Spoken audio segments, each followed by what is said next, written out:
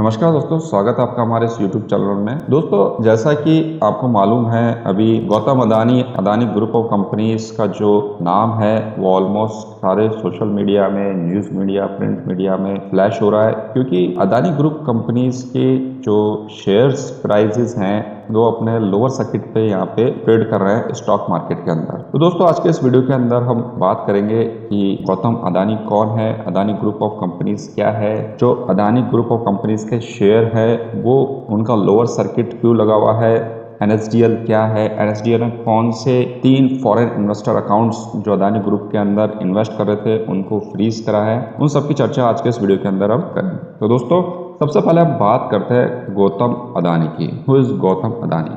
वैसे तो आपने ये नाम सुना ही होगा। Gautam Adani is an Indian billionaire industrialist जिनका जन्म गुजराती जैन फैमिली में हुआ था 24 जून 1962 को अहमदाबाद में। अदानी के फादर एक टेक्सटाइल मर्चेंट थे। गौतम अदानी ने स्कूलिंग गुजरात से की थी और अपने कॉलेज के सेकेंड ईयर के अंदर इन्होंने कॉलेज को ड्रॉप आउट कर दिया था और 1978 में ये अपने सपनों के शहर मुंबई चले गए थे। मुंबई में गौतम अदानी ने एक डायमंड सॉर्टर जिसका नाम है महिंद्रा ब्रदर्स, उनके यहाँ 2-3 साल काम किया था और मुंबई में काम करते करते ही अदानी ने अपना खुद का एक डायमंड ब्रोकरेज जवेरी बाजार के अंदर इस्टेब्लिश कर लिया था। इन 1981 मनसुख भाई अदानी, जो कि गौतम अदानी के एल्डर ब्रदर है, इन्होंने एक प्लास्टिक यूनिट इस्टेब्लिश करी थी अहमदाबाद में। उसको संभालने के लिए उन्होंने गौतम अदानी को कॉल किया था और गौतम अदानी भी मुंबई को छोड़ के वापस अहमदाबाद आ गए थे अपने भाई की प्लास्टिक यूनिट को संभालने के लिए। और यूनिट को संभालते संभालते ही दोस्तों, गौतम अदानी ने अपना खुद का एक प्राइमरी पॉलीमर बिजनेस इस्टेब्लिश करा था स्मॉल स्केल इंडस्ट्रीज के रूप के अंदर in 1985। In 1988 Gautam founded Adani exports limited, the holding company of the Adani group. Today Adani group is known as Adani enterprises. जो कंपनी आज अदानी एंटरप्राइजेज के नाम से जानी जाती है, उसको गौतम अदानी ने 1988 में फाउंड किया था अदानी एक्सपोर्ट्स लिमिटेड के नाम से। और शुरू में ये जो कंपनी थी दोस्तों, वो पावर और एग्रीकल्चर कमोडिटीज के अंदर डील करती थी। 1991 के अंदर अदानी ने अपने बिजनेस को एक्सपेंड करा और trading of agro product, textile और मेटल्स को वहाँ पे शुरू कर दिया। इन 1993 में अदानी को एक बहुत बड़ा ब्रेक थ्रू मिला बिजनेस के लिए, जब उन्हें गवर्नमेंट ऑफ गुजरात का एक कॉन्ट्रैक्ट मिला था for managing outsourcing of the Mundra port. In 1995 Adani started first jetty was open by Mundra port and special economic zone. 1995 में अदानी ने अपना पहला जेटी स्टार्ट किया था। मुंद्रा पोर्ट जो है दोस्तों, आज की तारीख में सबसे लार्जेस्ट प्राइवेट सेक्टर पोर्ट है इंडिया के अंदर। 1996 में Adani power limited was founded by Adani. Adani power limited is the largest private thermal producer in India and Adani entered the power generation business in 2006. From 2009 to 2012, he acquired Abbot Point Port in Australia and Carmichael Coal in Queensland. तो दोस्तों, ये तो एक short introduction था journey of Adani group companies. तो यहाँ पे हमने देखा कि किस प्रकार से गौतम अदानी ने ग्राउंड लेवल से इन कंपनीज को इस्टेब्लिश करा है और आज इस मुकाम पर वो लेके आए हैं। यानी कि ये कंपनीज उनको विरासत में नहीं मिली है, उनका वेल इस्टेब्लिश कोई बिजनेस नहीं था। ग्राउंड लेवल से इन कंपनीज को वो आज जो है इस मुकाम पर लेके आए हैं। तो यहाँ पे दोस्तों, ऐसा क्या कारण रहा कि आज अदानी ग्रुप ऑफ कंपनीज के जो शेयर्स हैं वो अपने लोअर सर्किट पे ट्रेंड कर रहे हैं शेयर मार्केट के अंदर? NSDL क्या है? NSDL ने कौन से फॉरेन इन्वेस्टर कंपनीज हैं जिनके अकाउंट सीज करे हैं, जिसका सीधा सीधा असर अदानी ग्रुप ऑफ कंपनीज पे पड़ा है? और इसके बाद अदानी ग्रुप ऑफ कंपनीज या गौतम अदानी का क्या रिएक्शन या एक्शन रहा जो इस लोअर सर्किट ट्रेड को तोड़ने के लिए? तो इन सब जानकारियों के लिए दोस्तों हमारे इस वीडियो से जुड़े रहें। तो आइए सबसे पहले बात करते हैं अदानी ग्रुप ऑफ कंपनीज क्या है। दोस्तों, अदानी ग्रुप एक ऐसा ग्रुप है जिसके अंदर बहुत सारी मल्टीनेशनल इंडस्ट्रीज अलग अलग सेगमेंट के अंदर काम कर रही है under the name of Adani.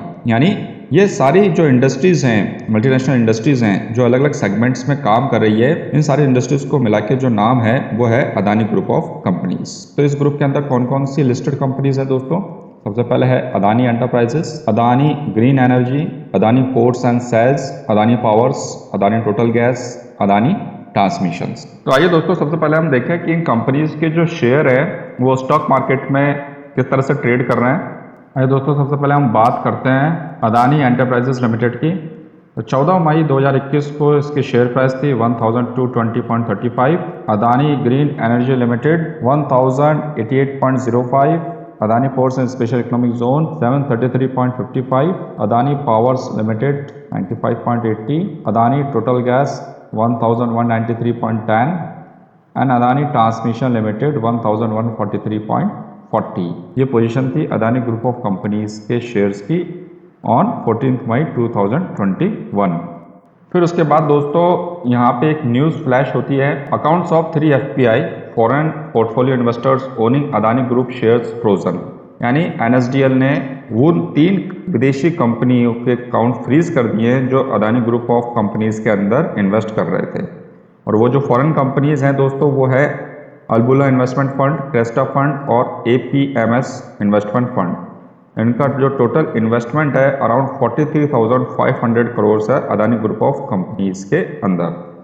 और ये जो अकाउंट है दोस्तों एज पर NSDL वेबसाइट 31 मई से पहले ही यहाँ पे फ्रोज कर दिए गए थे। और फ्रोजन का कारण क्या है दोस्तों? फ्रोजन का कारण यह है कि ये जो इन्वेस्टर्स हैं यहाँ पे उन्होंने अपना बेनिफिशियल ओनरशिप NSDL को प्रोवाइड नहीं करा था, जिसके तहत PMLA यानी prevention of money laundering act के तहत कार्रवाई करते हुए NSDL ने इनके अकाउंट फ्रीज कर दिए। आइए दोस्तों हम देखते हैं NSDL क्या है। NSDL दोस्तों नेशनल सिक्योरिटीज़ डिपॉजिटरी लिमिटेड है, यानी यह हमारे जो शेयर्स म्यूचुअल फंड सिक्योरिटीज़ है उसका डिपॉजिटरी है। इंडिया के अंदर ऐसे 2 डिपॉजिटरी हैं, एक तो NSDL है, दूसरा CSDL है, सेंट्रल सिक्योरिटी डिपॉजिटरी लिमिटेड। और इन दोनों डिपॉजिटरी की जो रजिस्ट्रेशन कंट्रोल एग्जामिनेशन की अथॉरिटी है वो securities and exchange board of India है, यानी SEBI है। डिपॉजिटरीज के अंदर हम जो सिक्योरिटी एक्सचेंज करते हैं, शेयर ट्रेड करते हैं, वो हम करते हैं डीमैट अकाउंट के थ्रू। अब दोस्तों हम बात करते हैं foreign portfolio investors. Foreign portfolio investors क्या होते हैं? यानी वो विदेशी कंपनी जो इंडिया के अंदर स्टॉक एक्सचेंज के थ्रू इन्वेस्ट करना चाहती है उसको फॉरेन पोर्टफोलियो इन्वेस्टर कैटेगरी के अंदर रखा जाता है। किसी भी विदेशी कंपनी को इंडिया के अंदर इन्वेस्ट करने से पहले बहुत सारे रूल्स एंड रेगुलेशन को फॉलो करना होता है, उनको सेटिस्फाइड करना होता है, तब जाके उनको इंडिया के अंदर ट्रेड करने का रजिस्ट्रेशन नंबर सर्टिफिकेट प्रोवाइड होता है। पहले ये जो काम था ये SEBI करता था, लेकिन जून 1, 2014 के बाद SEBI ने ये अथॉरिटी जो है NSDL को दे दी। यानी NSDL अब जो है रजिस्ट्रेशन नंबर और सर्टिफिकेट प्रोवाइड करता है फॉरेन पोर्टफोलियो इन्वेस्टर्स को, और साथ ही साथ उनकी जो एक्टिविटीज़ है उसको मॉनिटर करता है और उनके जो भी लेखा जोखा है वो अपनी वेबसाइट पे यहाँ पे डिस्प्ले करता है। तो इसका मतलब दोस्तों एक पॉइंट नोट करें कि ये तीनों कंपनियाँ ऑलरेडी यहाँ पे इंडिया के अंदर इन्वेस्ट कर रही थी, यानी कि इन्होंने जो SEBI या NSDL ने जो शर्तें रखी थी इंडिया के अंदर इन्वेस्ट करने के लिए उसको यहाँ पे पूरा करा, तभी इनको यहाँ पे रजिस्ट्रेशन सर्टिफिकेट और नंबर मिला है, तभी वो इंडिया के अंदर यहाँ पे ट्रेड कर रही थी। तो यहाँ पे बात ये आती है कि NSDL ने अब उनको यहाँ पे बोला है कि आपकी कंपनी का जो बेनिफिशियल ओनर है इसकी इन्फॉर्मेशन आप हमें प्रोवाइड करें, जिसको वो प्रोवाइड करने में असमर्थ रही और prevention of money laundering act के तहत उनके अकाउंट सीज कर दिए गए। अब बेनिफिशियल ओनरशिप अगर हम बात करें तो बड़ा सिंपल सा लगता है कि भाई किसी कंपनी का मालिकाना हक यानी इसका मालिक कौन है उसकी इन्फॉर्मेशन आपको प्रोवाइड करती है, लेकिन दोस्तों ये जितना सिंपल है उतना सिंपल एक्चुअली ये है नहीं। उसको हम एग्जांपल के फॉर्म में समझते हैं। जैसे सपोज करो कि कोई कंपनी है ABC लिमिटेड, उसके अंदर मिस्टर A की डायरेक्ट होल्डिंग है 30%, तो सीधी सी बात है इसका मालिक कौन हो गया? मिस्टर A हो गया। दूसरा एग्जाम्पल देखें हम, मिस्टर Z जो है XYZ कंपनी के अंदर इसकी होल्डिंग कितनी है? 100% है। और XYZ लिमिटेड जो कंपनी है उसकी होल्डिंग ABC लिमिटेड के अंदर कितनी है? 70% है। तो अब ABC कंपनी का जो मालिक है वो कौन हो गया? मिस्टर Z हो गया। जो ये 2 एग्जाम्पल है दोस्तों, सिचुएशन जो है इस और कहीं ज़्यादा कॉम्प्लेक्स हो सकती है, जिसके तहत जो है कंपनीज अपना बेनिफिशियल ओनर जो है टाइमली NSDL को प्रोवाइड नहीं करवा पाई और उनके अकाउंट फ्रीज हो गए। ये जो इन्फॉर्मेशन है फॉरेन इन्वेस्टर के अकाउंट फ्रीज होने की, ये as per Economic Times of India NSDL ने ये इन्फॉर्मेशन बिफोर 31 ऑफ मई को अपनी वेबसाइट पे पब्लिश कर दी थी। तो इस पर्टिकुलर सिचुएशन में सबसे पहले ये जानकारी किसको होगी, या तो कंपनी के इन्वेस्टर को होगी या प्रमोटर्स को होगी।